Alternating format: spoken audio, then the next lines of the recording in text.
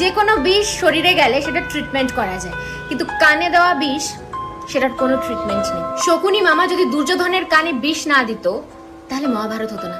আর যদি কুজি মন্থরা কৈকের কান না ভরতো তাহলে শ্রী রামচন্দ্রকে 14 বছরের বনবাসেও যেতে হতো না। ইন্টারেস্টিং না? একটা জলের ফোঁটা যদি কাদায় পড়ে সেটা কাদা হয়ে যায়, আর সেই জলের ফোঁটাটাই যদি গঙ্গা জলের মধ্যে পড়ে তাহলে সেটা গঙ্গা জল। জলটা তো একই, বাট পরিবেশটা ইম্পর্টেন্ট, যে তুমি কখন কার সাথে মিশছো। দেখতে তো দুজনেই কালো, কিন্তু আওয়াজ বের করলে বোঝা যায় যে কে কাক আর কে কোয়েল। ঠিক সেরকমই মানুষের স্বভাব আর ব্যবহার দেখে বোঝা যায় যে কে আসল শিক্ষিত আর কে মূর্খ।